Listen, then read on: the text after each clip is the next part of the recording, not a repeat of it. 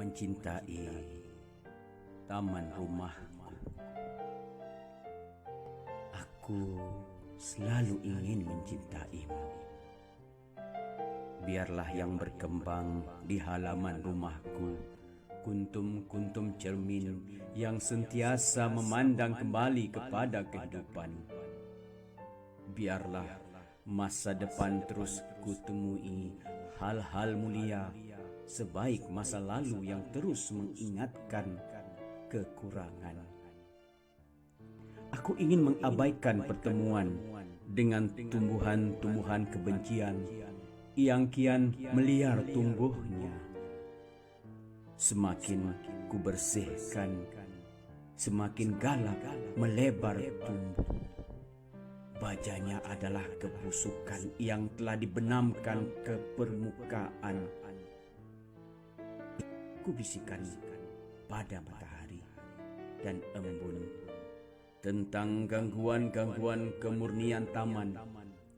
Menanti musim yang baharu, kuntuman cermin terus memancarkan cahayanya. Aku mencintai taman rumah dalam segala tamadun dan cabaran.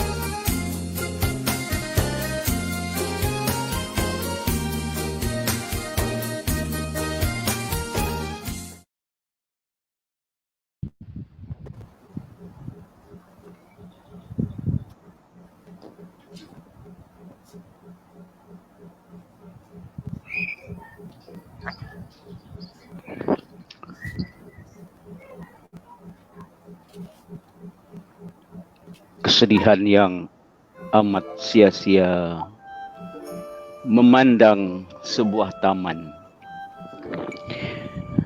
Saya hanya suka berkata bahawa sebuah wibawa itu bukan sebuah beban. Mengapa berasa beban? Ialah kerana tiadanya keikhlasan. Hilangnya nikmat sebuah amanah, sambit amanah semata bagai bunga yang indah dan menjadi hiasan. Di situ gahnya diserlahkan matlamat sebesar dunia, telah disebarkan berzaman. Tak perlu bicarakan masa lalu, andai masa kini hanya sebuah taman yang tidak lagi kelihatan kelibat rama-rama.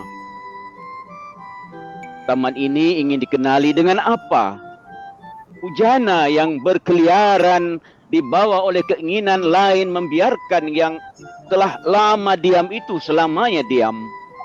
Katamu sesekali diramahi dan kau menyahutnya dari kerah giat sentuhan orang-orang dari negeri awan. Apakah itu yang dibanggakan? Dia bagimu seperti suara yang tiba tanpa perlu berkerah pikiran. Saya meraih duka yang amat panjang. Apakah akan hilang sebuah syurga bagi pejuang-pejuang untuk sebuah taman yang membina lebih ramai pejuang keindahan jati diri dan santun hati budi? Saya melihat sesuatu yang sia-sia dan kesedihan yang amat sia-sia.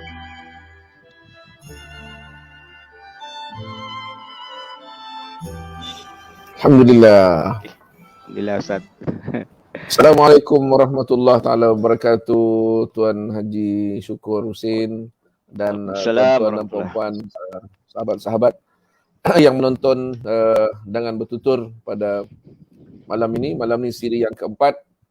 Terima kasih tuan-tuan yang mula masuk ke dalam page Abu Noha Corner dan page Facebook saya Muhammad Akmal Osman. Mari kita mengambil barakah dan petunjuk Allah Subhanahu Wa Taala dengan pertemuan pada malam ini, dengan kita mulakan dengan bacaan Ummul Kitab Al-Fatihah. A'udzubillahi minasyaitonir rajim. Bismillahirrahmanirrahim. Bismillahirrahmanirrahim. Alhamdulillahirabbil alamin arrahmanir rahim maliki yaumiddin. Iyyaka na'budu wa iyyaka nasta'in. Ihdinas siratal mustaqim. Shiratal ladzina an'amta 'alaihim. Amin. Alhamdulillah Rabbil Alamin, wassalatu wassalamu ala asyrafil anbiya'i wal mursalin Sayyidina Muhammad wa ala alihi wa sahbihi ajma'in. Terima kasih tuan-tuan. Kita mahu meraihkan dahulu tuan-tuan dan puan-puan yang masuk, yang berada dalam dalam talian sekarang. Sila sekiranya tuan-tuan mendengar tadi puisi Tuan Haji Syukur ataupun lebih dikenali nama penanya Hashuda Abadi, orang lama otai dalam dunia penulisan, dunia puisi dalam negeri Sabah dan seterusnya peringkat nasional. Sekiranya tuan-tuan dapat mendengar suara kami dengan baik, boleh nyatakan komen di dalam page dan Facebook. Nyatakan komen tuan-tuan dan puan-puan daripada mana, dan tolong tag kawan-kawan yang lain, khususnya jika apalagi kalau tuan-tuan dan puan-puan ada kawan-kawan, contohnya ada cikgu bahasa Melayu, cikgu ataupun kawan-kawan yang minat dengan dunia sastra, dunia puisi, dunia penulisan. Jadi malam ni kita hendak je terlampau ringan, tak terlampau berat dah. Orang bilang sederhana. Kalau berat kita cuba ringankan sedikit lah supaya boleh diterima sama-sama lah. Okay, terima kasih saudara Hafiz Omar yang pertama memberikan komen. Salam. Waalaikumsalam warahmatullahi. Tuan Imam. Assalamualaikum. Tuan Imam Samudra Sabah, ini daripada Kota Belut. Ini pun orang otai kata. Ini pun orang ahli puisi je ini, kan? Kemudian terima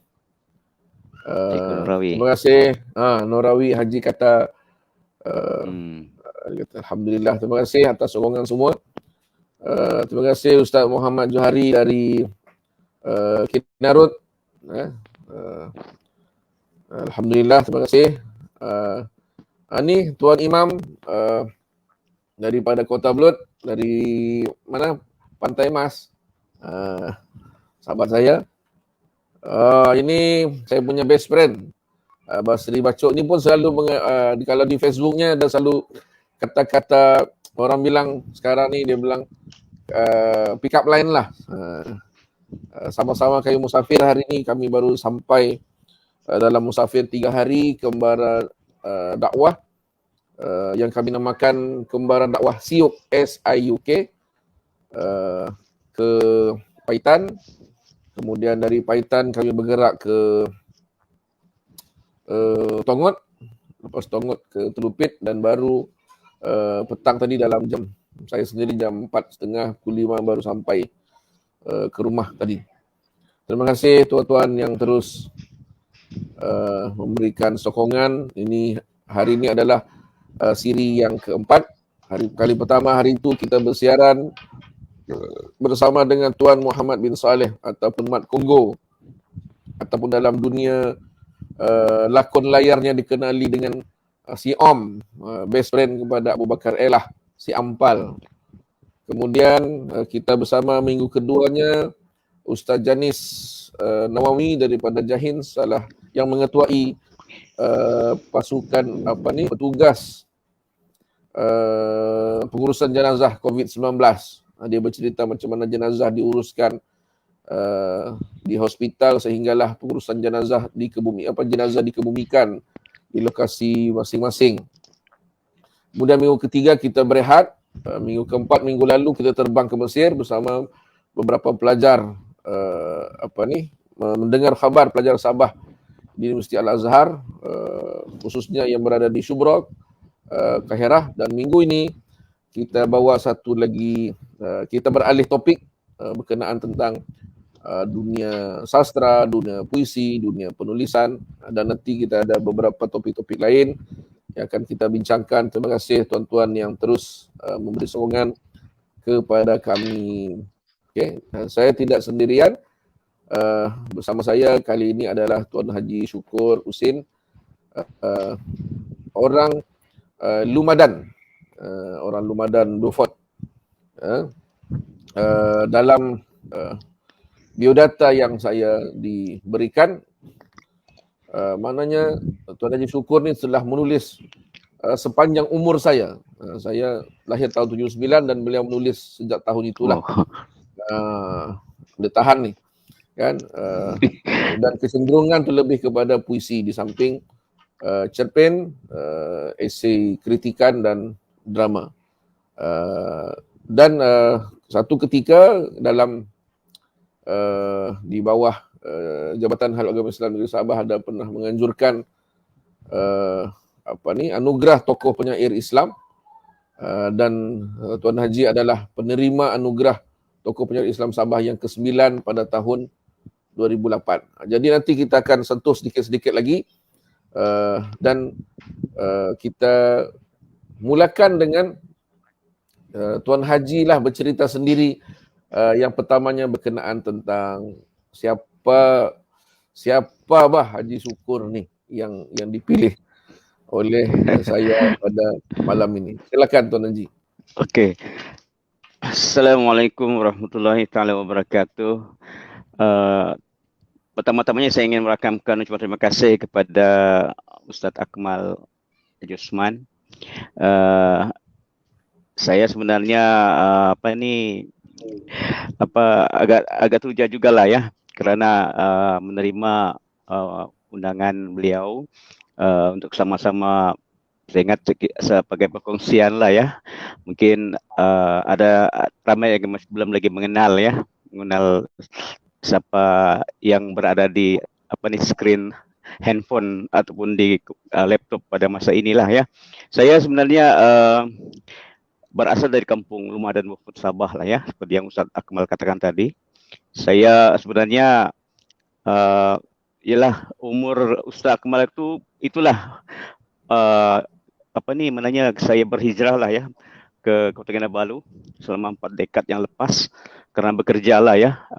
Kalau dikira usia saya sebenarnya lebih banyak lagi dalam pengembaraan inilah daripada saya dibesarkan di bawah ibu dan bapa lah ya. Jadi langsung kepada kerjaya saya dulu lah ya. Dulu saya sebenarnya masa tahun 1979 tu sebab saya berada di Kota Kinabalu ya kerana mendapat pekerjaan lah ya. Pekerjaan di Kota Kinabalu di Jabatan Penyiaran Malaysia Sabah lah ya. Yang ada mungkin ramai generasi sekarang yang barangkali tidak tahu ya, masa itu mencari kerja sangat senang lah, sangat senang. Kerja yang panggil kita, bukan kita yang pergi cari kerja sebenarnya lah ya. Sebab apabila saya melapor diri di jabatan penyiaran pada masa itu, pokoknya kerjanya itu agak terkejut ya. Macam mana pula tiba-tiba saya mendapat surat tawaran lah ya di RTM. Tetapi saya tidak lama di RTM atau di jabatan penyiaran, kerana saya apabila saya 6 tahun berada di situ, saya berpindah pula ke pejabat pilihan Raya Negeri Sabah ya, pada tahun 1985, sehingga saya bersara lah ya, hampir 6 tahun lepas lah, pada tahun 2015 saya bersara lah daripada kerajaan. Mananya selama 3 dekad atau 30 tahun saya berkhidmat di pejabat pilihan Raya Negeri Sabah, dan memang amat orang kata satu pengalaman yang mahal lah ya bekerja di situ. Jadi itu kerjaya saya lah ya. Kemudian sedikit barangkali kendala untuk dunia kesenian lah, ataupun dunia penulisan lah kan. Sebenarnya secara bukan sesuatu yang dirancang lah sebenarnya. Dulu masa saya mula bagaimana saya terlibat dengan dunia kesenian ini, sebenarnya kebetulan jugalah apabila pada suatu ketika saya mula-mula di Kota Kinabalu tidak ada aktiviti. Memang amat membosankan lah tidak ada aktiviti, tetapi pakcik saya membawa saya menyertai satu persatuan lah, St. John Ambulance. Itu bermula lah tu langkah pertama, pintu pertama saya menyertai NGO lah ya, satu pertubuhan iaitu St. John Ambulance. Jadi di situ ada pula rakan saya membawa saya pula, dia kata kau nak menari kah, dia kata. Kau boleh menari kah, dia kata kan. Okey, kalau nak, dia bilang, kalau mahu kita pergi ke Pantai Tanjung Aru. Jadi di Pantai Tanjung Aru itu sebenarnya dulu lah, sekarang sudah tidak ada bangunan tu. Di sana pentas lah, ada pentas. Kalau dulu setiap minggu ada aktiviti atau persembahan kesenian, nyanyian dan sebagainya lah oleh RTM. Jadi di situlah saya dibawa oleh beliau untuk bertemu dengan yang berbahagia Datuk Zaitun Haji Ajmain ya, Datuk Haji Zaitun Haji Ajmain.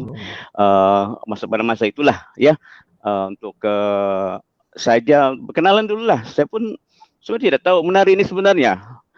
Ya, saya tidak tahu boleh menari, tapi oleh kerana aku dunia mengisi masa lah tu kan pada masa itu. Okeylah, jadi dipendekkan cerita tentang itu. Saya ingat tadi yang intro tadi tu, lagu apa tu Ustaz? Ada kan? Ada, benar. Benar kan? Itulah tarian yang saya mula belajar, adai-adai. Cukup mudah sebenarnya. Tugas saya hanya sebagai penari, saya cuma tengok laut, konon-konon dia lah, saya tengok laut, bawalah tu bendayung sama seraung orang bilang tu kan, macam seraung tu kan. Kemudian menari, itu saja, senang. Kemudian tarian kedua yang saya rasa saya boleh tari ialah tarian limbai. Itu dua itulah yang kedua-dua itu tradisional. Memang dulu sebelum saya terlibat serius dalam bidang penulisan, memang saya ni menari lah ya, menari dan barangkali adalah beberapa tahun lah, tidak lama jugalah dengan. Ya, saya lupa beritahu, persatuan yang saya sertai itu ialah kumpulan anak seni. Kumpulan anak seni ini dipimpin oleh pada masa itu oleh Datuk Haji Zaitun Ajmain lah ya. Beliau lah yang menjadi orang yang pertama-tama sekali mendorong lah orang yang berada di skrin Anda sekarang ini terlibat dalam dunia kesenian lah di situ. Itulah bermulanya Ustaz dunia kesenian lah ya. Pada masa itu, pada tahun ingat ujung 79 lah, ingat kita kira 80 awal 80-an lah kan itu. Masa itu dunia kesenian memang hebat lah masa itu. Tari dan drama tu memang satu aktiviti kesenian yang memang disukai oleh ramai golongan belia wanis lah pada masa itu. Memang ya banyak persatuan kesenian ditubuhkan pada masa itu. Tapi persatuan penulisan ini tidak begitu ketara. Ada, tetapi misalnya pada masa itu adalah Badan Bahasa Sabah, dan juga ingat saya Gapura, ada juga sebelum itu ada lagi persatuan lain seperti Agaba dan juga Papesa, FPMS, ada beberapa persatuan lah ya bahasa Badan, tapi tidaklah apabila persatuan kesenian yang tumbuh seperti cendawan pada masa tahun-tahun awal 80-an lah begitu. Sebab apa? Sebab setiap tahun ada pertandingan tari dan drama. Itu. Jadi apabila berlangsung saja pesta tu, memang hebat. Memang kalau ada yang masih ada sekarang lah kan, yang masih lagi mungkin sudah tidak lagi aktif, pasti akan ingat aktiviti kesenian pada tahun 80-an lah, sehingga pertengahan 80-an tu 85 begitu sudah agak kurang lah. Di mana lokasi masa tu di KK tu? Yang tempat dia berlatih, tempat berkumpul. Kalau kalau yang awal dulu memang kami selalu berjumpa di pantai Tanjung Aru, pantai Prince Philip tu, Ustaz. Pantai Prince Philip tu kan dulu ada di sana tu ada satu bangunan tu macam pentas lah sebenarnya tu kan. Kalau ada saya lupa ada nama program itulah, memang RTM khususnya secara langsung tu, Ustaz. Secara langsung. Kalau hari Ahad kan di radio tu memang ada tu. Secara langsung. Ingat Abang Muhammad Esal ya, Muhammad Kongo, antara orang-orang yang dia pelawak kan, cuma satu kan, saya ingat tuh kalau dia kalau ada acara itu kan, dia antaranya pelawak lah. Dan kami kalau ada karena diundang juga lah sebagai mengisi persembahan lah. Tetapi tempat itu memang tempat kami berjumpa selalu lah. Selain daripada itu, kalau kumpulan seni selain daripada situ, kita buat latihan biasanya di Sembulan. Ada satu dewan macam dewan bukan dewan masyarakat lah, dewan saya lah di Kampung Sembulan tu. Di situ kita selalu berjumpa buat latihan ya, drama dan tarian itu. Memang terisi lah masa tu belum lagi berumah tangga kan.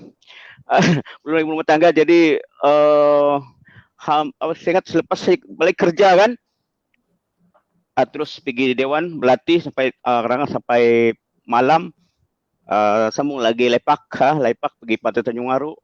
Enjoy lah, enjoy sangat. Satu tinggal di mana je? Saya berpindah rantau juga nih Ustaz. Telah musafir kan kadang-kadang, tapi banyak masa tu saya tinggal di Sembulan lah. Di Kampung Sembulan tu. Memang kalau di Sembulan tu Ustaz dulu, memang kalau ini yang kira macam pendatang dalam negeri lah ya. Memang situ banyak rumah sewa. Banyak kan tu kawan-kawan daripada kampung-kampung dari daerah lain kan. Memang di situlah tempat kami menyewa lah di Kampung Sembulan tu sendiri lah. Gitu. Okey. Terima kasih Cikgu Yaakob yang hadir sama-sama. Cikgu Yaakob orang lama otai kita juga nih dari saya juga tuh yang berada di sebelah Tebon ya, dekat di Puliwa sana ya. Terima kasih menyertai program Dangan Bertutur malam ni Cikgu Yaakob, Cikgu Haji Yaakob.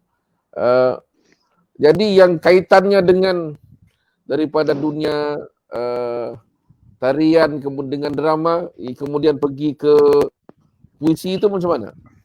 Okey. Baik, ada sejarah yang tersendiri lah sebenarnya kan. Sebenarnya saya pun hanya cuba-cuba saja dulu sebab kebetulan yang panggilnya Kak Tun. Kak Tun ialah Datuk Jah Zaitun Ajmain lah. Dia guru saya lah dalam bidang penulisan. Jadi pada masa itu rasanya dialah antara yang memang sudah menjadi seorang penulis yang agak terkenal lah pada tahun ujung 70-an gitu kan, memang dialah. Jadi dia menulis, saya rasa macam suka juga menulis kan. Jadi yalah kadang-kadang saya macam puisi-puisi Datuk Haji Zaitun itu menjadi sebagai satu macam mana saya nak kata contoh lah, satu saya ingin mencontoh. Kadang-kadang larasnya itu pun semacam laras dia ya, sebab kita terpengaruh oleh cara dia menulis dululah ya, Kak Tun ni. Dan tetapi untuk lebih karya itu lebih dibaca, lebih dikenali orang, sebenarnya biasanya dulu harus disiarkan lah di media. Saya sebenarnya menghadapi masalah besar masa itu, sebab sudah bila sering kali menghantar ke media lah kan, pada masa surat khabar yang agak terkenal ialah Harian Express dan juga Sabah Times lah. Tidak pernah tersiar. Saya pun heran, mungkin juga karya saya ni tidak bagus lah kan. Tidak bagus, saya siar. Cuma ada sekali pada tahun awal 80-an itu yang tajuk puisi itu yang pertama lah ni sebenarnya, Ustaz. Nama dia Mengapa Oh Mengapa. Mengapa Oh Mengapa pada umur saya masa tu masuk lagu bulan ni. Ya, Mengapa Oh Mengapa tu pada tahun umur saya rasa belum lagi 20 tahun.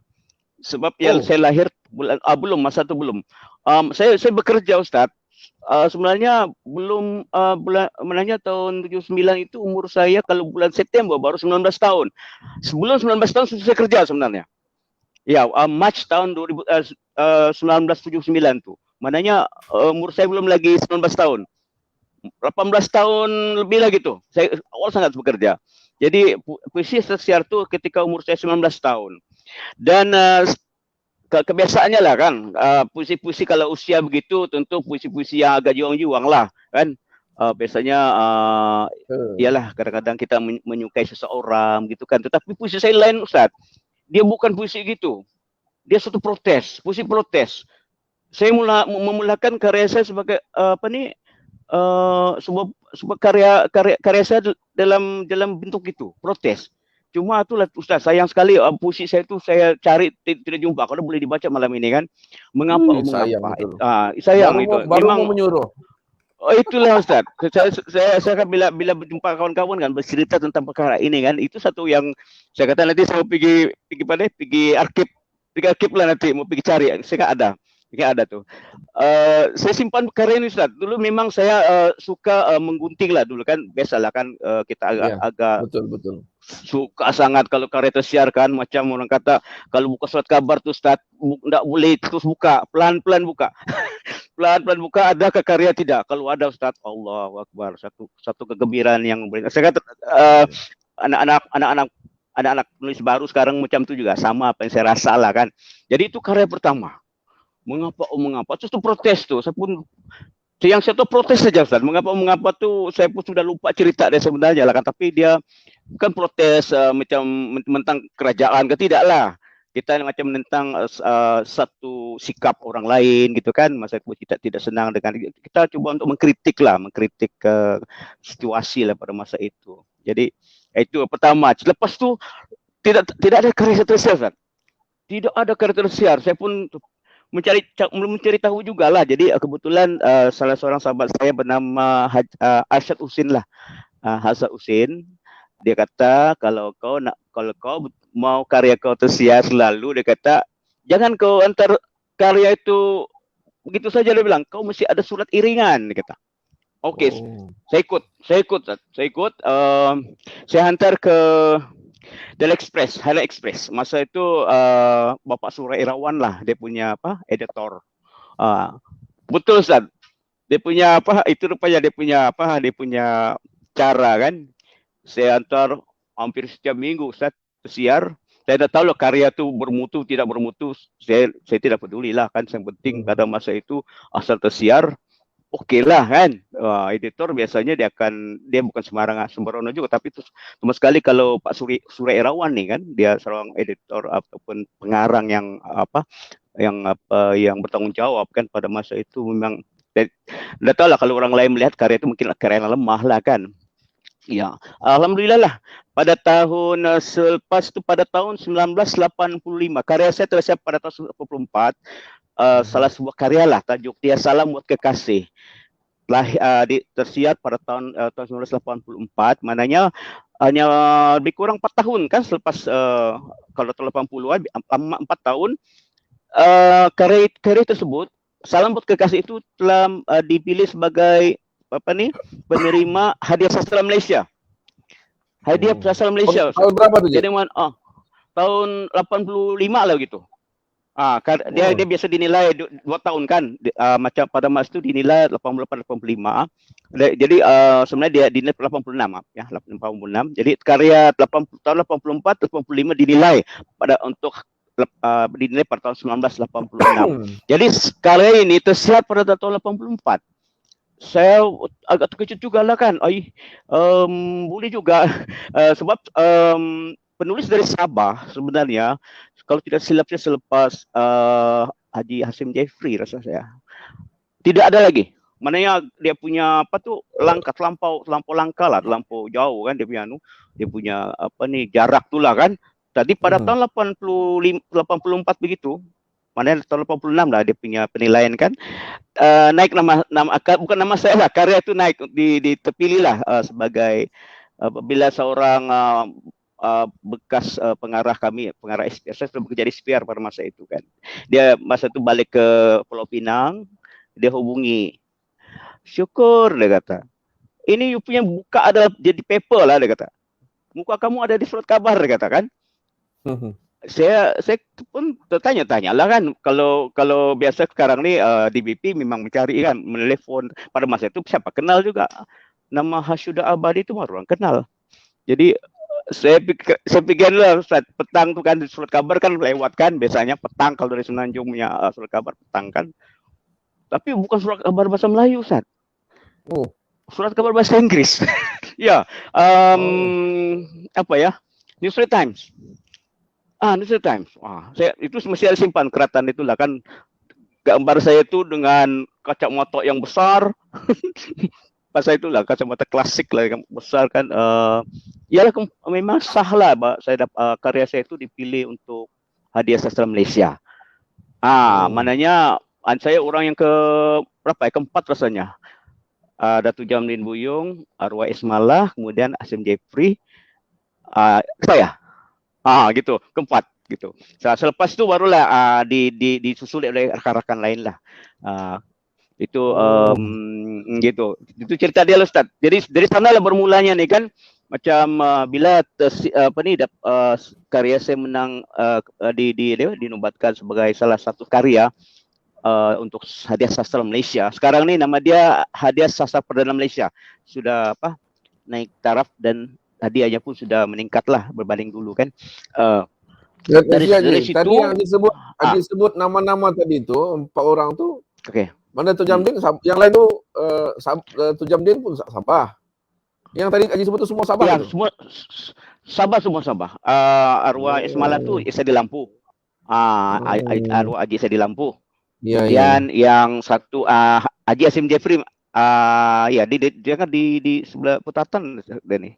Ya, ada Jamdin. Itu memang cuma yang si Haji Hasim Jeffrey memang dia tidak lagi macam Datuk Jamdin, dia akan meneruskan dia punya kan sampai sekarang masih lagi menulis.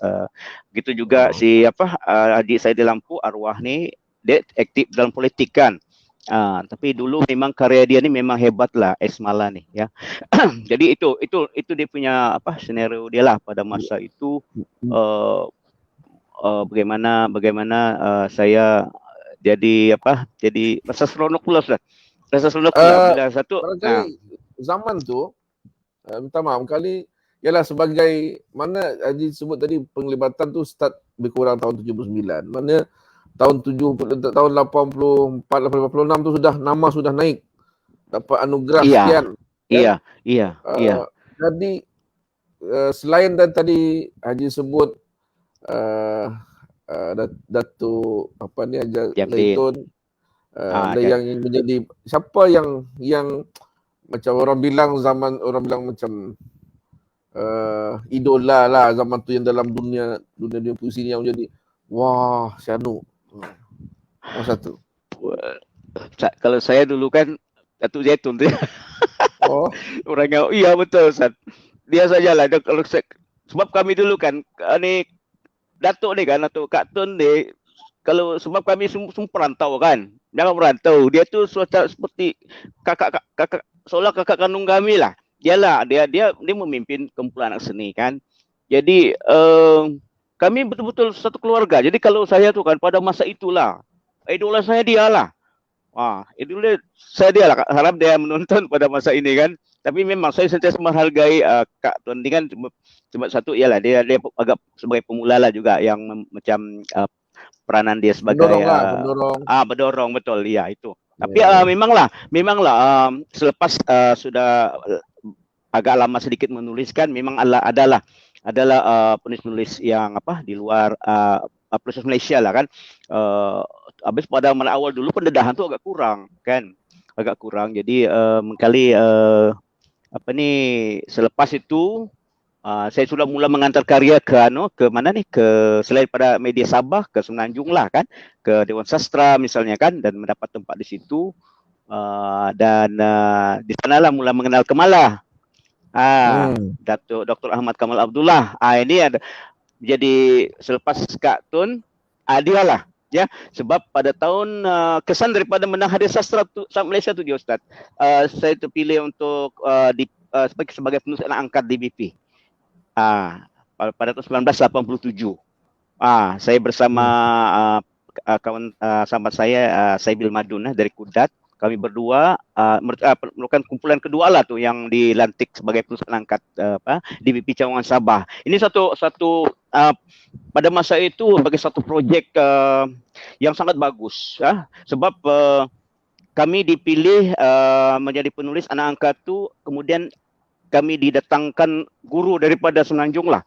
Guru daripada guru kami itulah penulis yang hebat lah. Dan yang masa kami ini kan dengan Saibil, guru kami lah itu Datuk Ahmad Kamal Abdullah. Dia lah yang macam bagus Ustaz sebab kami dibagi dana lah kan untuk ke Semenanjung lah kan, berjumpa guru ni. Bapa angkat kami lah ya. Berjumpa di sana mendengar dia punya macam dia membimbing macam mana menulis karya yang bagus apa semua kan, dan di situ kami dia projek setahun. Jadi mananya kami berjumpa dia, berbincang apa karya yang kami buat kan semasa pertemuan itu, dan saya memilih untuk menulis karya sejarah. Itulah yang lahirnya Balada Paduka Masal itu. Ada karya mana buku puisi yang bercetak yang pertama lah saya hasilkan ialah itu Balada Paduka Masal. Walaupun bukunya tipis saja, tetapi saya ingat amat klasik lah sekarang ni lah Ustaz. Amat klasik. Kalau saya kali pertama dibukukan puisi? Iya. Betul. Jadi macam macam baby anak sulung. Betul. Jadi macam anak sulung lah tu. Iya. Ya betul. Dia kira rasanya kan kalau dibanding dengan sekarang memang masa itu sangat bertuah lah kerana ingat apabila DBP Cawangan Sabah lah. Kalau rasanya kalau dibanding dengan negeri lain lah kan, kalau masa itu sudah ada cawangan, pejabat cawangan DBP. Ini antara peranan DBP yang paling berjaya lah sebenarnya, sebab mereka memilih penulis-penulis yang bagi mereka boleh menulis lebih baik lagi satu hari nanti kan. Memilih misalnya yang pertama sekali ialah penulis angkat ini kan dia penulis Nobel ni kepada Obasi Ajusman.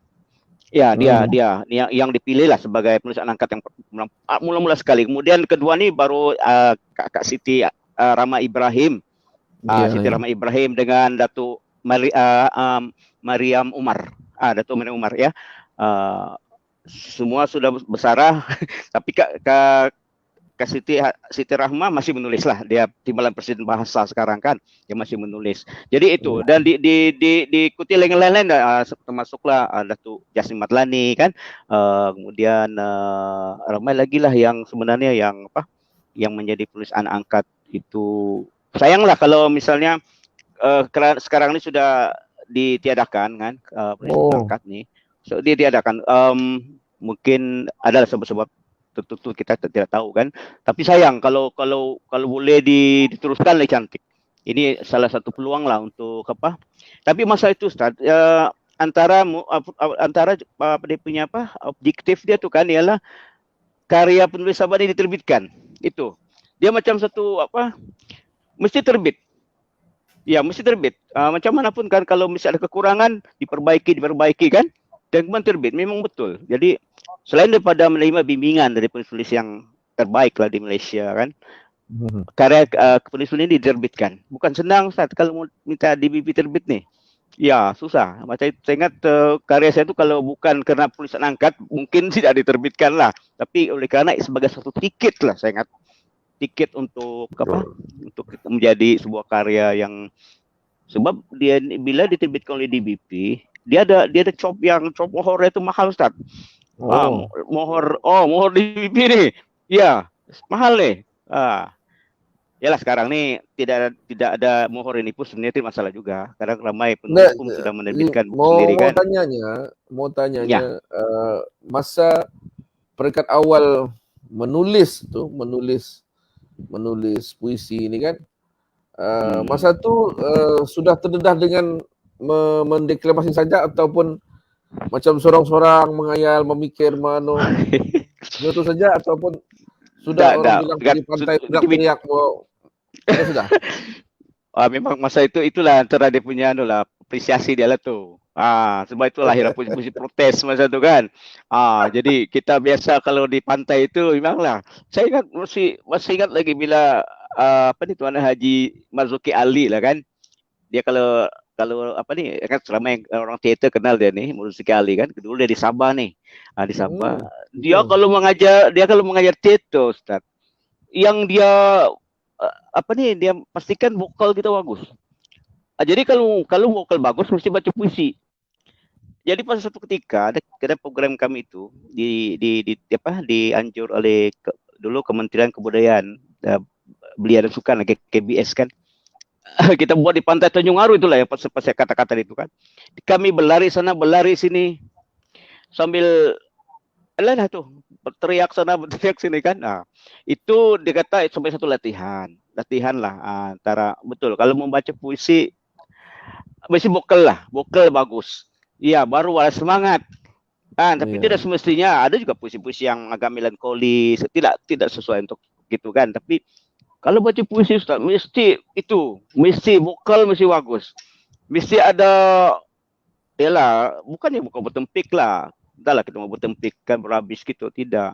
Macam baca puisi kebangsaan itu kan tidak tempik. Ada masa-masa kita kawal kan.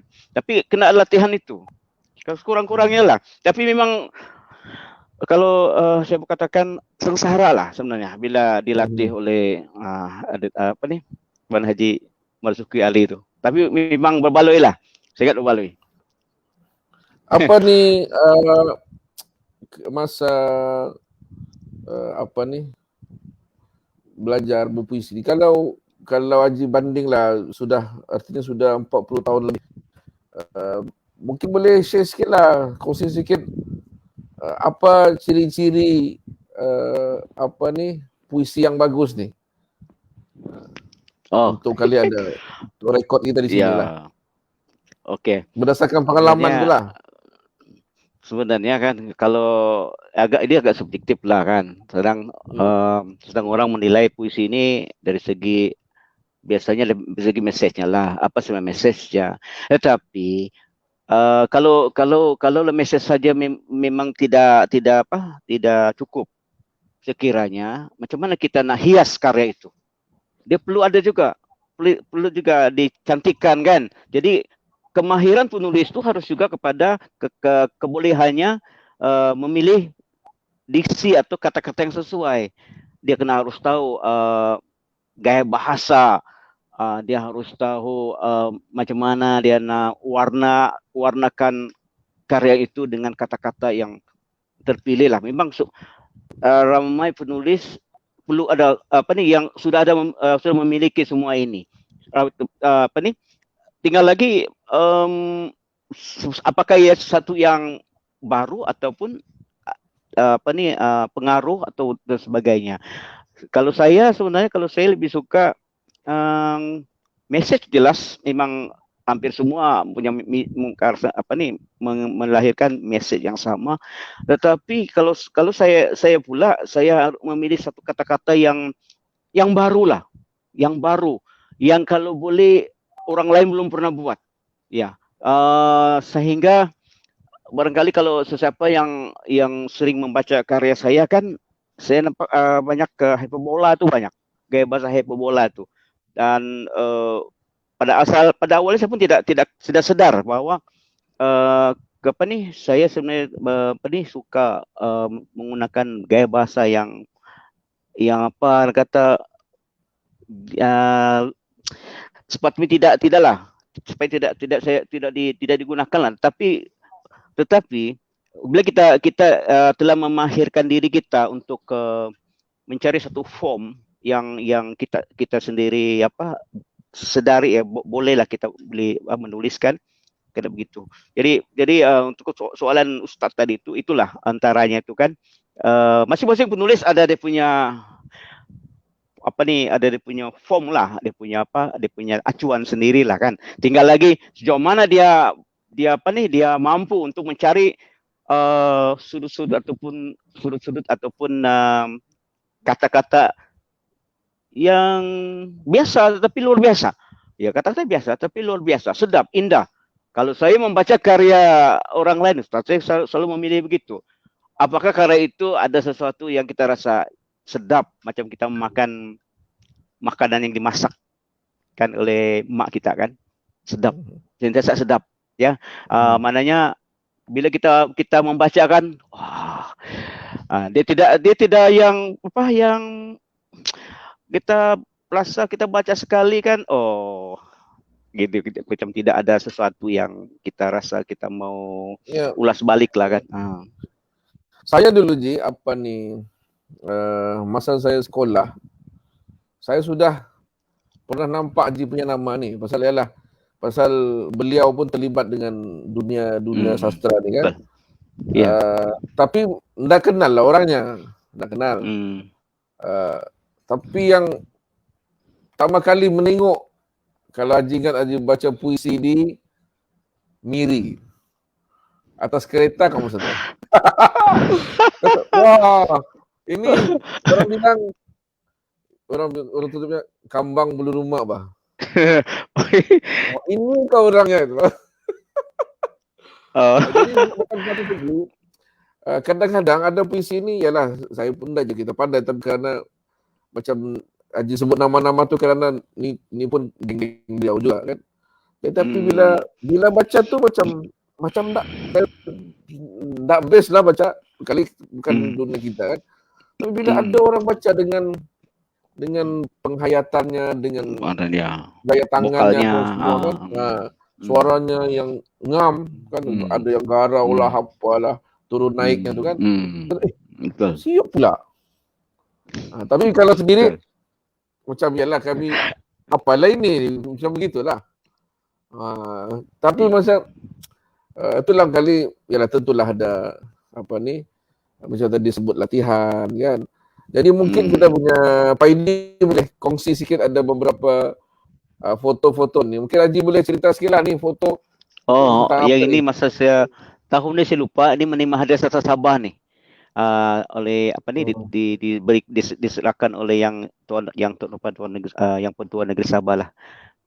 Ini saya ingat pun tahun 2019, saya lupa sudah. Tapi agak baru juga sebenarnya ni. Tapi macam belum putih rambut tu.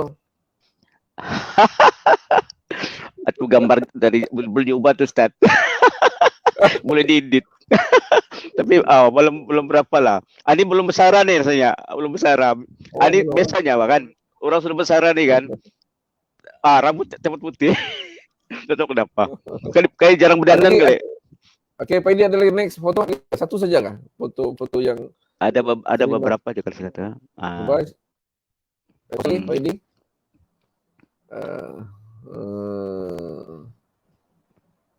Nanti cari lagi. Ya. Jadi okey. Sebelum kita mau beralih ke tajuk lain. Topik lain kan. Soroknya ni. Jadi sebelum beralih tu baca Haji baca satu lagi puisi lah. Boleh. Tajuk apa lepas ni kali ni? Okey, saya membacakan puisi daripada kumpulan puisi Sinar Sirna lah.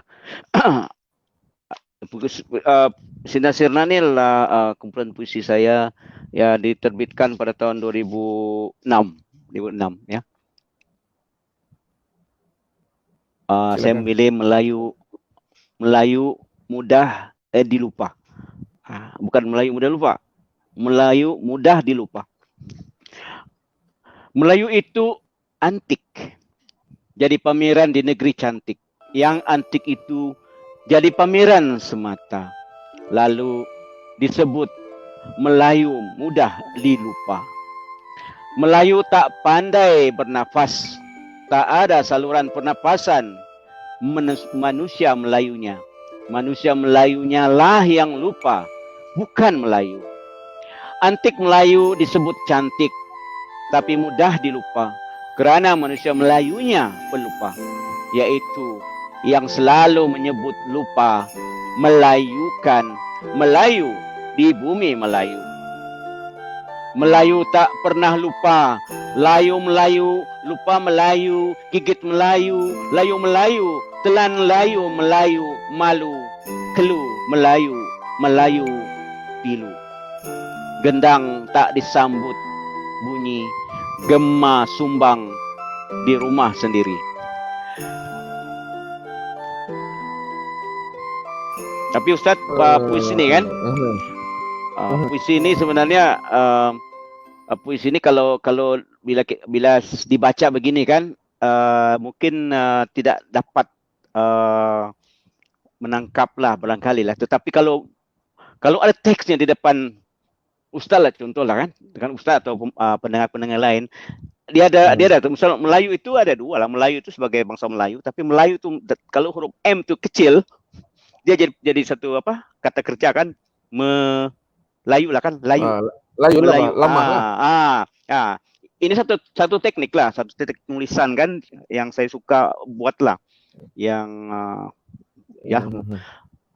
Okey, Ustaz. Okey, ada lagi Pak Edi share tadi foto-foto yang lain sebelum kita beralih topik lain. Ada tadi foto-foto mau disiarkan.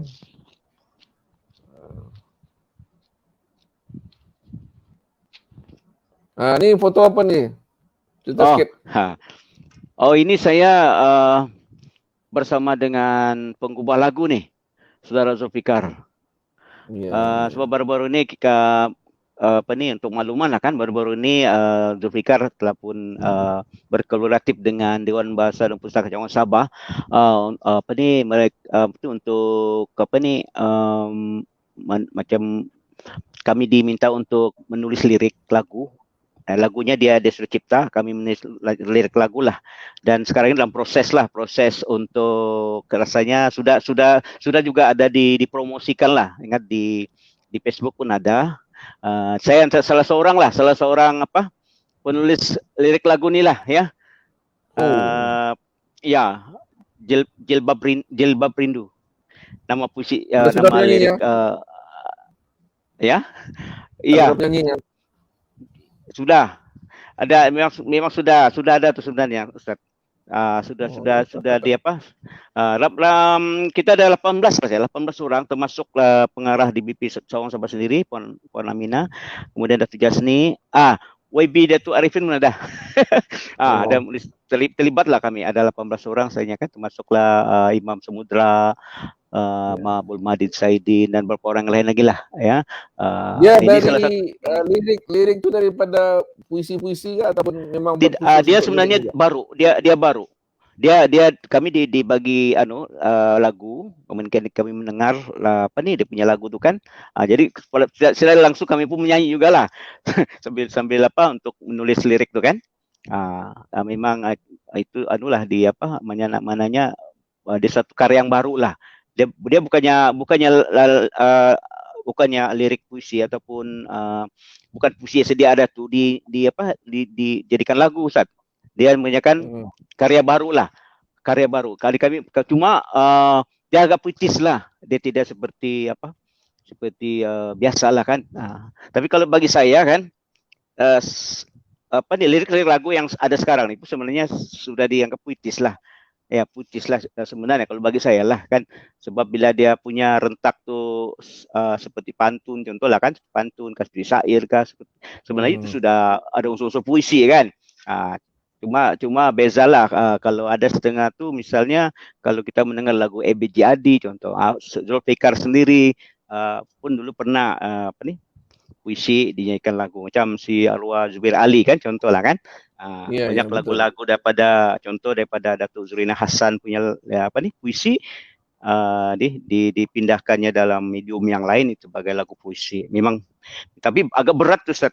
Kalau yang itu berat. Puisi yang sedia ada, dia tak, kalau sebolehnya dia memang tidak boleh lari daripada lirik tuh kan. Kalau diubah suai pun memang rasanya tidak mungkin adalah sedikit kan, tapi tidak boleh diubah suai kan.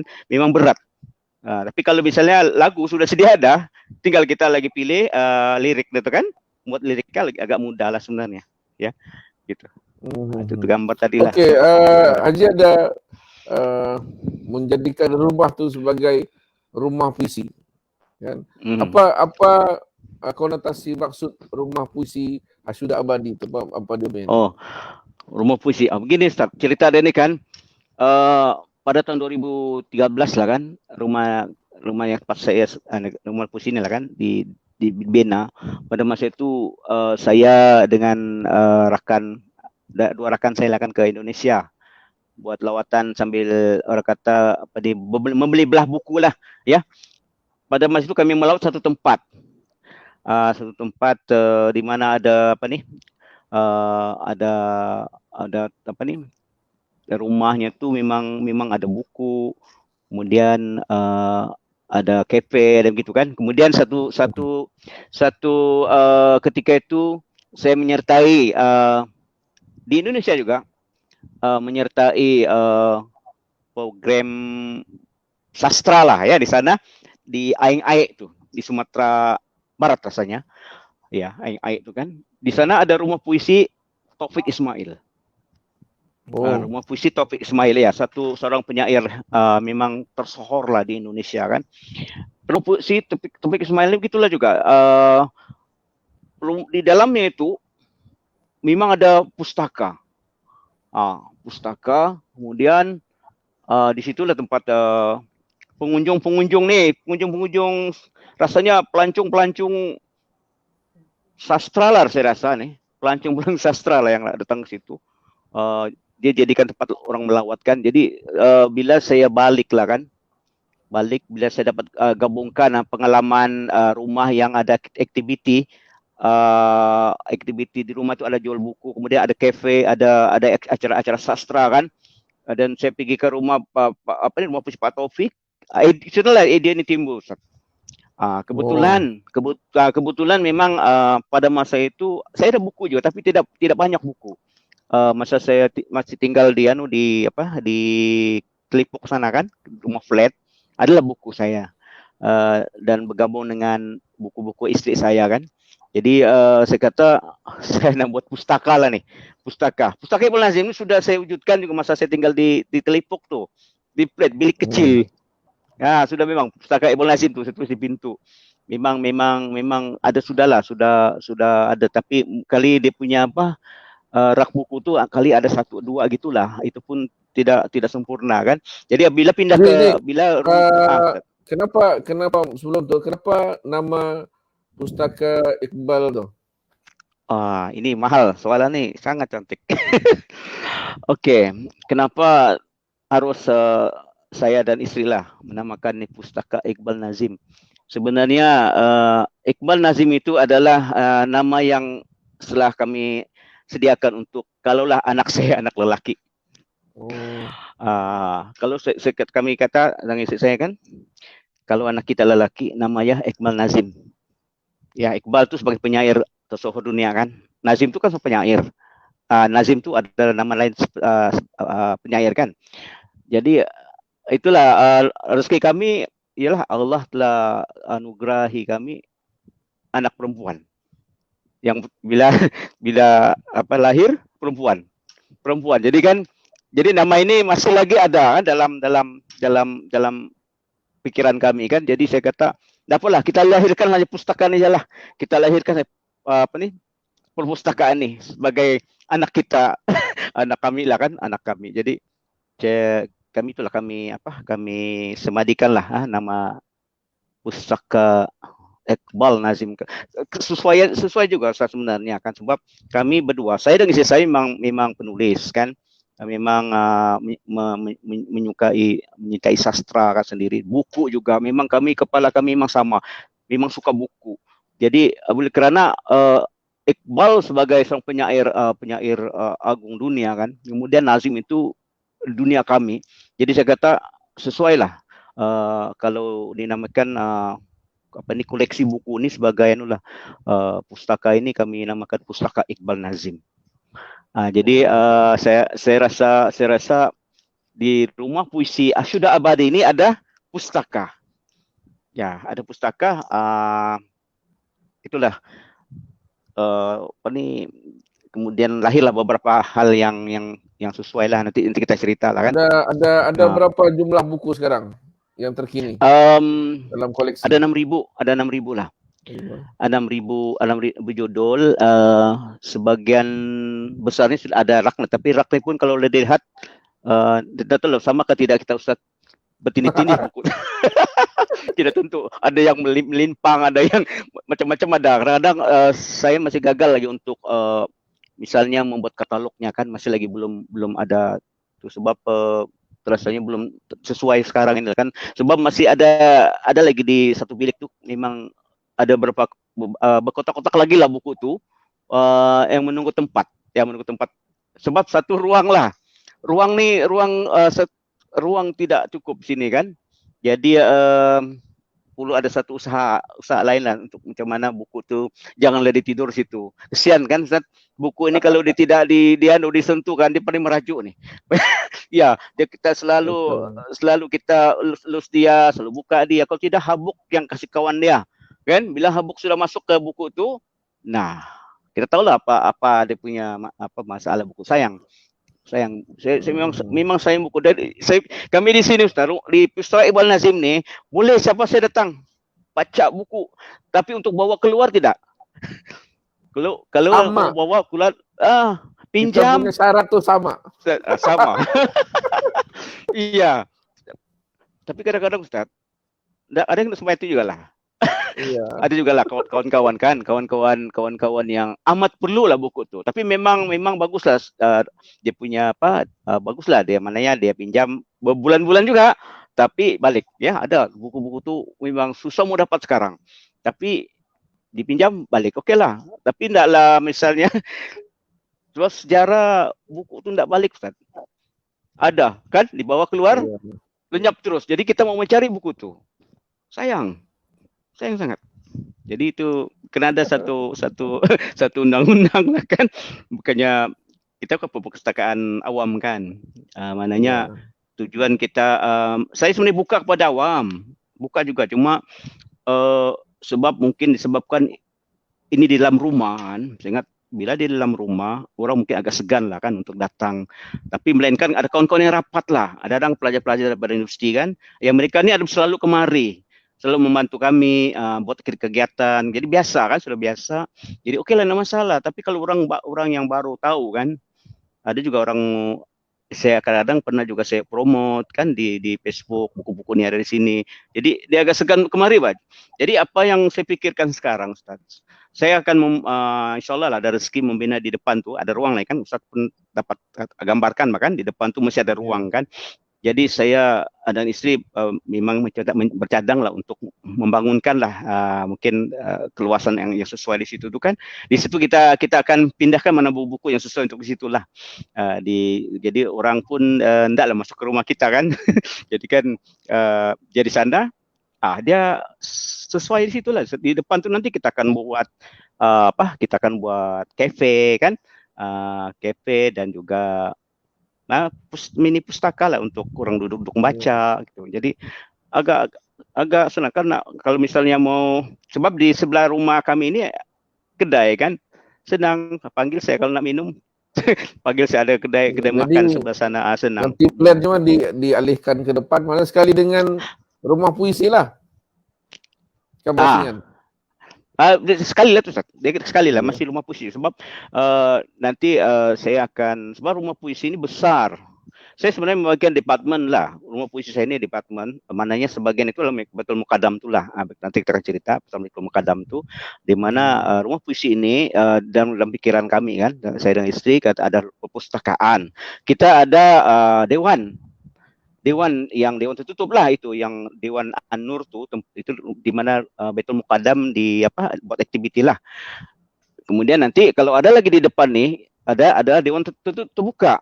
Sebab nanti kan walaupun saya akan buat perpustakaan mini depan, tetapi dia agak terbuka. Jadi kalau kawan-kawan agak selesa buat kegiatan terbuka, ada tempat.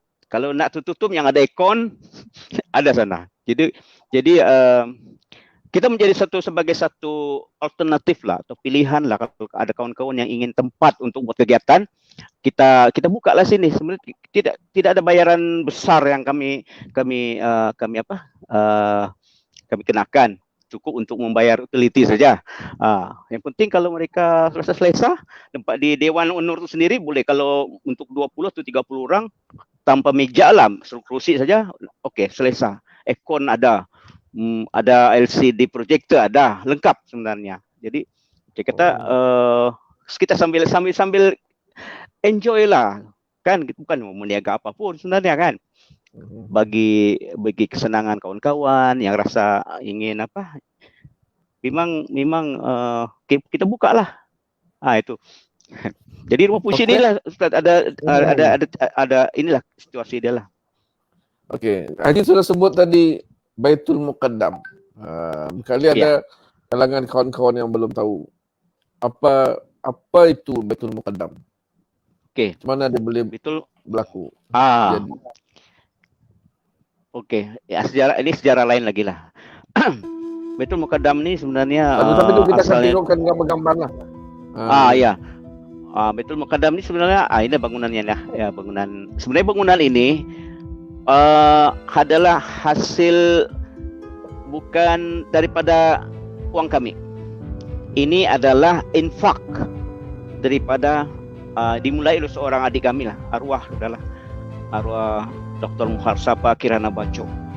Dia telah menginfakkan sebagian besar lah duit dia kan. Dia seorang doktor homeopati. Dia di Semenanjung lah, tapi dia yang asal dari sinilah. Dia kata kita, bila dulu mulanya Ustaz, budak-budak mengaji di ruang ni lah, ruang tamu ni, tempat saya bercakap sekarang ni, tempat di mana buku-buku ni ada kan. Di situlah, belum ada bangunan dia lagi. Jadi kan dia kata bagus kita buatlah, dia bilang. Soal duit, dia cakap dengan isteri saya kan, kakak jangan risau pasal uang, saya akan cari, dia bilang. Yang penting kita bangunkan dulu sebuah tempat di mana anak-anak kampung Budun ini boleh kita bagi keselesaan untuk mereka. Jadi itulah kita bina sana tu. Uang dia lah Ustaz. Uang dia lah ni, arwah ni. Bersalah moga surga untuk beliau lah kan. Jadi kan itulah dia antar uang kan. Bina kita jadilah macam tu ya. Jadi dia juga yang menamakan Baitul Muqaddam ni sebenarnya. Kan Baitul Muqaddam ni, Baitul tu rumah lah kan. Kan kalau Al-Muqaddim itu sebagai yang memulakan kan. Biasanya di sini kita ingin memulakan anak-anak ini memulakan Iqra kan. Sebelum Al-Quran. Kita memulakan. Jadi maknanya apabila mereka sudah boleh membaca Iqra ataupun Al-Quran, terserah kami punya pandangan begitu. Terserah pada mereka untuk belajar di tempat lain lagi, mungkin cari guru yang lain lagi. Tapi kita memulakan. Muqaddim kan, antara nama-nama Asmaul Husna kan. Tahun berapa sih mula Baitul Muqaddam? Dia ini dia sebenarnya kalau di sini 2017 lah. Bukan 2017. 2017. Berapa pelajar, berapa guru? Di sini guru istri saya saja seorang. Dia guru, kemudian pelajar budak-budak mengaji ini di sekitar Kampung Kudun ni lah. Ada juga daripada perumahan dekat dari Tebobon, ada juga ada taman-taman perumahan yang berdekatan lah kan. Sebab sebelum ini memang mereka cari guru. Mungkin kadang-kadang ada kawan-kawan istri kan bertanya, sebab dia ini daripada remaja pun sudah mengajar budak-budak mengaji di Tebobon, di Kampung Tebobon. Jadi bila kebetulan kami bila mak mertua saya kan, dia kata suruh buatlah kamu rumah di sini. Dulu saya tinggal di Taman Putrajaya tuh, di flat. Jadi kan dia kata bagus buat rumah di sini. Jadi bila buat rumah di sini, itulah yang mana bab demi bab lah, asbabnya tuh kan terjadilah seperti yang ada sekarang ni lah kan. Alhamdulillah juga lah. Mananya dengan adanya Baitul Muqaddam ni sebagai tempat selain daripada mengajar mereka mengaji kan, mengenal huruf-huruf Iqra'an Al-Quran, kita juga mengajar orang fardu ain kan, mengajar solat, mengajar juga fardu kifayah juga Ustaz. Kadang-kadang kita undang juga dari luar lah kan, dan juga kerjasama juga daripada Rumah Ngaji Sabah tu kan. Datang sini kadang-kadang mengitadabur dan kegiatan-kegiatan yang bersesuai lah untuk, sebab yang selain pada kanak-kanak, kita juga menerima ibu-ibu. Mereka bawa ibu dan anak sekali kemarin belajar sama-sama, itulah. Selain pada ini ada juga kompang sebelum PKP itu kan. Inilah yang kami mau usahakanlah, ada kumpulan kompang. Cita-cita kami juga ada kumpulan marhaban gitu Pak. Jadi biar lengkap. Budak-budak ni suka. Sosial lah. Iya. Sekarang mana lah PKP apa semua? Jadi sekarang sepanjang PKP ni ada cuti lah. Dia merisaukan kami sebenarnya, sebab ada anak-anak ni memang ada sebagian lupa. Jadi kami sekarang ni mudah-mudahan kita dapat pasal 3 lebih. Ya benar. Sekarang gini macam orang rumah pun kan, istri yang mengajari pun dia pun berkursus sekarang ni. Ya online juga berkursus. Sebutan huruf tu kan sebutannya sekarang dia ada belajar sekarang ni. Jadi persiapan lah. Ada juga dia punya ikmal lah Ustaz. Bila PKP ni kan cuti budak-budak ni kan, dia ada cuti, dia belajar mendalami lagi Iqra' dan Al-Quran ni kan, dia mendalami guru-guru daripada secara online lah kan. Jadi dia kata bila sudah buka nanti kan fasa 3 nanti kan, kalau sudah fasa 3 rasa boleh sudah buka mungkin kan, buka kelas ya seperti biasa. Jadi dia akan menempatkanlah ilmu yang dia ada tu kan untuk bela dari mula. Dari mula apalah? Dari mula bukan rugi pun kan. Yang penting dia orang ni tidaklah macam malas lah kan. Biar kita mula ada kisah. Yang penting sebab kan bila kita membaca Al-Quran kan, kalau sebutan tu jadikan huruf pun tidak begitu tahu semua kan. Jadi kan dia kata kita nak mulakan daripada awal lah, balik, tidak mengapa. Boleh kan kalau tapi lah saya mau sebut begini, contohnya tentang Muqaddam ni lah. Adakah peluang kawan-kawan kita yang menontonnya atau nanti yang melihat rakaman nanti ni kan, kalau dia mau menyumbang sesuatu untuk Baitul Muqaddam ni, kira-kira apa yang dia mau boleh sumbang?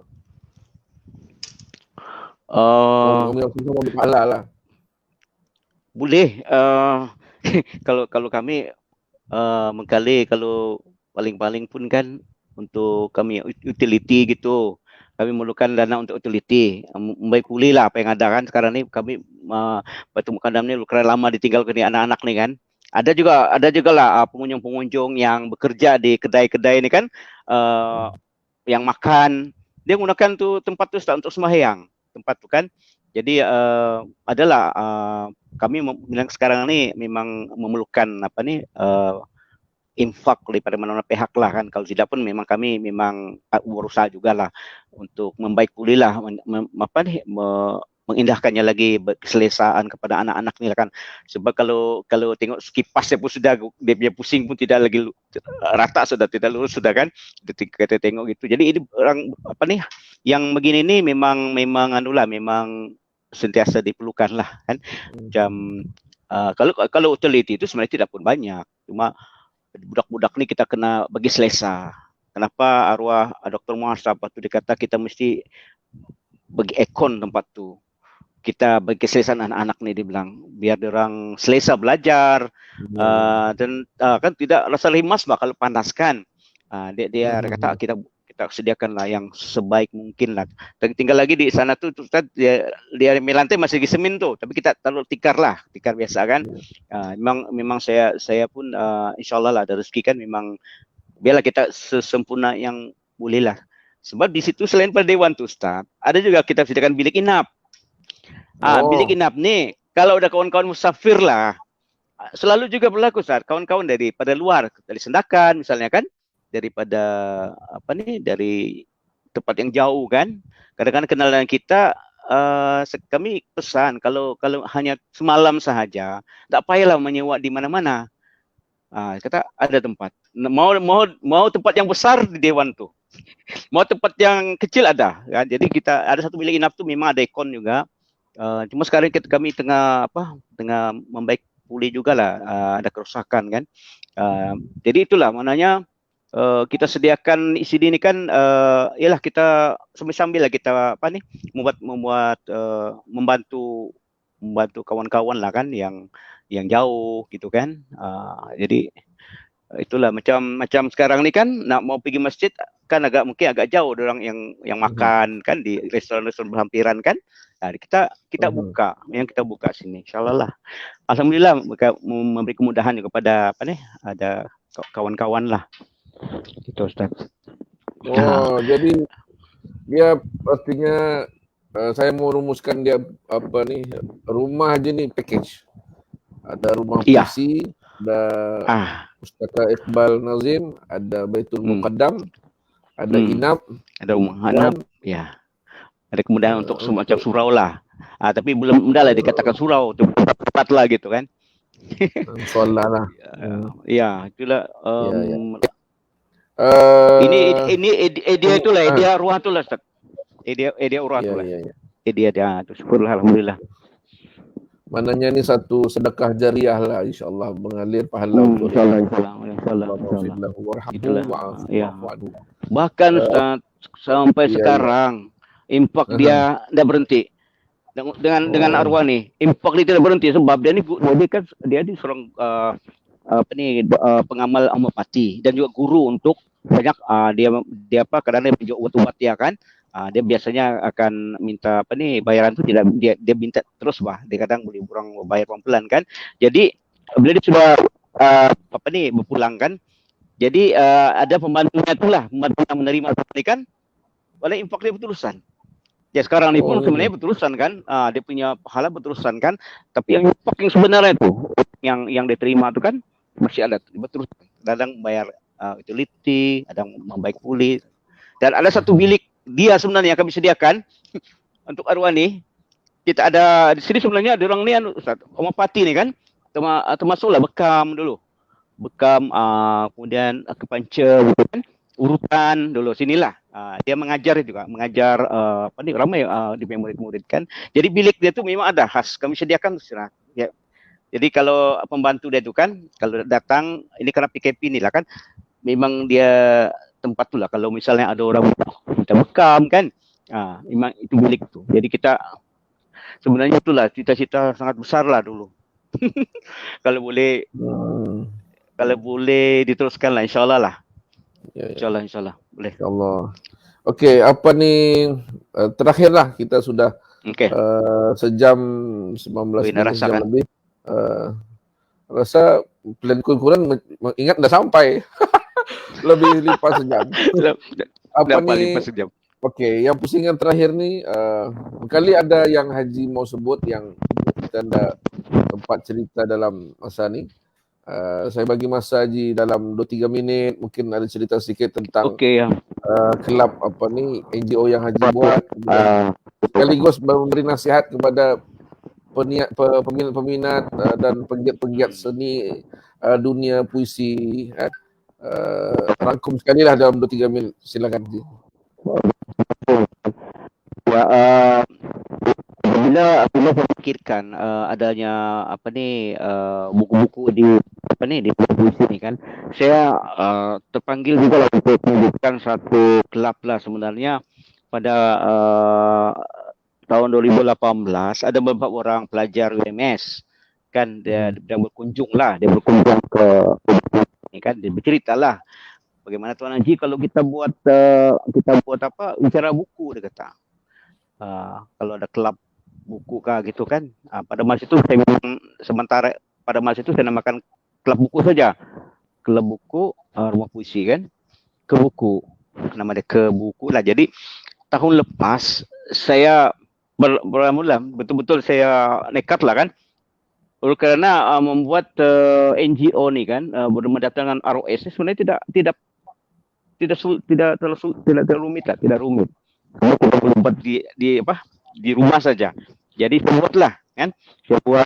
Saya mengumpul kawan-kawan 20 orang. EJK cuma ada 7 orang kan saya rasanya. 7 orang ya EJK. Jadi kan jadilah nama namanya kelab kelab buku penggiat buku lah ya, Ko Buku.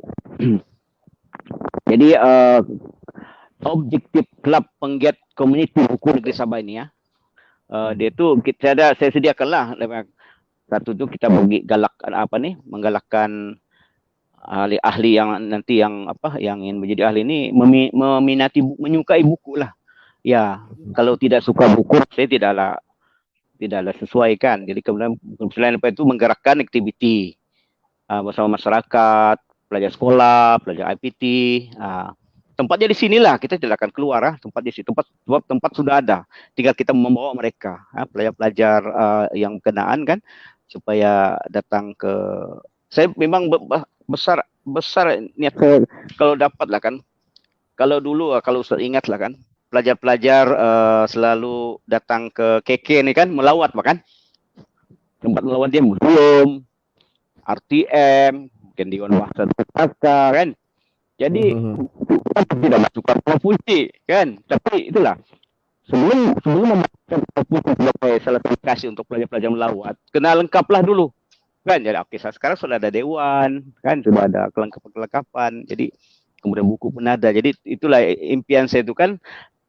Itulah bila kita membawa mereka datang kemari, di mana kegiatan itu akan kita masukkan dalam kelab ni lah. Kemudian selain pada itu kita buat juga membimbing penulis ya, buat bengkel penulisan. Kita juga ingin melahirkan generasi penulis buku melalui bidang penerbitan. Kemudian kita wujudkanlah sebuah perpustakaan mini ya. Perpustakaan sudah ada kan.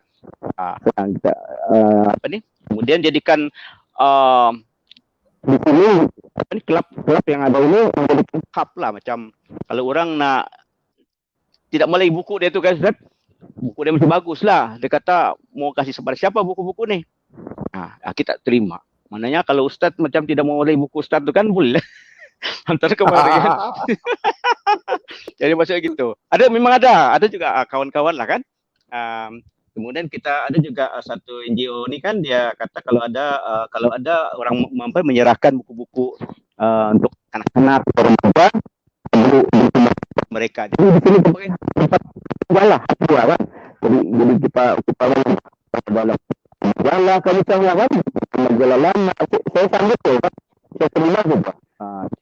Kalau menunjukkan seperti ada buku ini. Jadi kita semacam dia kita pakai itu terus dimanfaatkan pecah-pecah je. Mungkin mic-nya betul-betul boleh luruskan sikit. Kali kan? Dengar ya? Okey. Ataupun Okey. bateri mau habis. Okey ya. Jadi itulah saya pun mengharapkan biarlah di tempat ini menjadi lokasi penting lah di Sepanggar nih Ustaz. Di Sepanggar ini sendirilah sebab perpustakaan awam agak jauh kan. Kita kena pergi Tanjung Aru ataupun ke mana? Ke dekat Jalan Penampang tu kan. Perpustakaan negeri kan. Agak jauh. Dia kata saya pernah bercakap juga dengan pengarah perpustakaan negeri lah secara tidak rasmi lah kan. Bagaimana kalau wujudkan sebuah perpustakaan awam adapun perpustakaan desa kan di sini di area Sepanggar ni lah bagi saya kan. Jadi itu antara impian lah sebenarnya. Jadi kita tidak mau sia-sia lah buku yang ada ini kalau lah tidak dibaca orang tidak faedah ada juga kan. Jadi tapi itulah maknanya saya impian ini ialah biarlah orang kata angan-angan tu bagus kan, biar kita berangan dulu ada impian kan, mudah-mudahan tapi kita kena mulalah kan. Bila kita buka satu pintu akan ada pintu-pintu lain nanti akan menyusul lah insyaallah kan.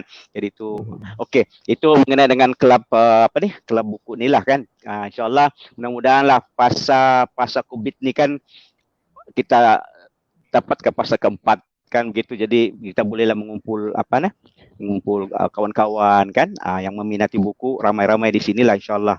Kemudian tentang dunia penulisan semua orang pun ada dia punya cara lah macam mana mau memperkasakan dunia penulisan kreatif lah khususnya kan. Tapi kalau dapat kesinambungan yang dilaksanakan oleh Dewan Bahasa dan Pustaka itu tidak berhentilah ya. Mana sekarang ni lebih kepada kita buat norma baharu ni begini kan. Jadi rasanya kalau sudah kita boleh bersemuka perkasakan lagi lah kan. Jadi pada penulis-penulis yang baharu menulis jangan kelang kabut. Orang kata kalau tidak buku belum lagi digelar penulis ya. Jangan gopo lah ya. Ya kadang-kadang memang penulis-penulis sekarang ini berong ni berlumba-lumba lah. Misalnya untuk karya diterbitkan di antologi kan, ada biasa gitu. Jadi saya lihat banyaklah antologi itu. Kalau di pustaka saya ini banyak sangat buku-buku karya bersama antologi. Tetapi apakah karya itu dibaca orang? Apakah karya-karya itu dibicarakan orang? Apakah bila kita membuat antologi itu kita saja sok sendiri kan, karya tersiar, karya kita diterbitkan gitu kan. Tapi kalau saya punya konsep, kalau boleh bila kita menerbitkan karya itu dibaca, dibicarakan orang sampai kepada sasaran, gitu. Jadi okey, dah apalah kalau misalnya itu menjadi masalah pula, menulis sajalah, menulis saja, perkasakan tulisan Anda, jangan kelang kabut menghantar ke media, sebab media di Sabah ni Ustaz sekarang sudah agak terhad. Ya, surat kabar semakin tiada. Kesian. Jadi kan yalah kadang kita membantu juga saya di bahasa kan. Kami mewujudkan kreatif kan, antaranya lah menyiarkan karya-karya dalam online lah kan, dalam talian. Jadi kan jadi itulah maknanya menulislah ya, menulis ada di Facebook pun tak ada masalah kan. Coba itulah kalau maknanya jangan cepat berpuas hatilah ya. Jangan merasa terus inilah karya saya yang terbaik ya. Buat biasa-biasa sajalah ya. Buat biasa-biasa saja. Sebab kalau kira saya sendiri pun bukan bagus sangat juga menulis kan. Cuma barangkali kebetulan saja sudah lebih 40 tahun menulis tu orang bilang jadi otai kan. Tapi enggak juga. Saya pun terus belajar dengan kehidupan kan gitu. Jadi barangkali Ustaz untuk betul mukadam pula saya berharap bitnya akan terus dapat dikurangkan dan menjadi bersama-sama jadi endemik kan. Jadi kita harap dapatlah kita buka dan memberi ruanglah kepada anak-anak ni terus belajarlah ya. Kesian mereka masa dekat 2 tahun ini kan, patutnya mereka sudah berada di mungkin Al-Quran sudah. Oleh kerana pandemik ni kan, mereka pun sudah lupa. Lupa sudah apa sudah baca. Dan biasanya kita suruh hafal, Ustaz. Kalau sini kan kita punya standard lah kan. Kita saya akan minta mereka menghafal beberapa surah lah, surah pendek tu kan. Jadi sekarang sudah lupa. Jadi mana kita akan bermula. Tidak masalah lah kita bermula. Biarlah semua tu pun semua tu kan kalau untuk kebaikan juga kan. Jadi itulah selesai Ustaz ya. Kali kan. Okey. Terima kasih Haji. Banyak pertuturan tu dah. Ya, banyak perkongsian yang menarik. Saya tengok daripada puisi rumah puisi, pergi pustaka Iqbal, kemudian pergi Baitul Muqaddam. Jadi mudah-mudahan semua tu menjadi satu jariah kan, amal soleh. InsyaAllah. Yang maknanya yang akan terus menyalurkan pahala kepada kita walaupun sesudah nanti kita tiada di atas muka bumi nantilah insyaAllah. Jadi saya ucap terima kasih banyak perkongsian daripada Tuan Haji dan mungkin kawan-kawan nanti pun selepas habis live ni pun boleh tengok rakaman tu balik. Semua tengok juga. Dan kawan-kawan yang jauh satu masa ni besok sudah boleh mula rentas zon pun sudah tiada besok mula, jadi ada masa hujung-hujung minggu ke atau berkontak, boleh berziarah. Kalau sesuai nanti boleh baca puisi sana sama-sama. Boleh tengok ni orang belik-belik buku sikit kasi. Ambil balik mood tu. Sopi je lah. Sikit sopi je. Okey, terima kasih Haji. Kita saya ucap terima kasih dan kita sama-sama saya pun Ustaz saya pun untuk untuk mungkin menutup juga lah kan. Saya ucap terima kasih juga lah bagi pihak Rumah Puisi Asyura Abadi ni atau Rufa lah kan. Rufa tu Ustaz dah tak siapa kasih nama lah macam mana. Rufa ni sebenarnya yang menamakan Rufa ni sebenarnya Profesor Dr. Zaitun Ismail. Profesor Zaitun Ismail dulu masa dia masih berkhidmat di mana UMS kan. Dia sering kemari. Sering dia berkunjung di sini lah kan. Jadi dia kata saya nak namakan ni Rufa lah, dia kata pendekan daripada Rumah Puisi Asyura Abadi. Itu. Jadi Ustaz saya ingin ucapkan terima kasih lah kepada Ustaz selaku inilah ya. Ini apa kata dengan bertutur ni. Dengan bertutur ni satu jenama sekarang. Jadi saya bagi banyak Rumah Puisi dan juga Rumah Puisi Asyura Abadi dan juga Baitul Muqaddam merakamkan terima kasih lah juga kan karena peluang lah perkongsian ini kan. Semoga menjadi asbab juga lah kita sentiasa melakukan sesuatu lah kepada masyarakat lah kan. InsyaAllah semua kita buat yang terbaik lah. Itu sajalah kan. InsyaAllah. Terima kasih Ustaz. Ya, mudah-mudahan apa yang Nabi ajar kita, khairun nas anfa'uhum linnas, orang yang paling terbaik di kalangan kamu ialah orang-orang yang memberi manfaat pada orang lain. Dan mengkali saya ni penutupnya, mengkali kalau belum ada, kalau ada okeylah, bukan. Kalau ada macam mau menengok kalau ada puisi bahasa Brunei kali ya. Adakah sudah? Datuk rasanya dia anu saya lah di Brunei saya ada tu. Kalau ada baik kan. Dia kalau dibaca sebutan saja. Boleh terus insya-Allah. Boleh. Secara berjumpa nanti ziarah insya-Allah. Mari kita sama-sama tangguhkan pertemuan kita dengan kita baca tasbih kafarah dan surat Al-Asr. Subhanakallahumma bihamdika asyhadu an la ilaha illa anta astaghfiruka wa atubu ilaik. Bismillahirrahmanirrahim. Wal 'asri innal insana lafi khusr. Assalamualaikum warahmatullahi wabarakatuh. Terima kasih semua. Waalaikumsalam warahmatullahi wabarakatuh. Okey.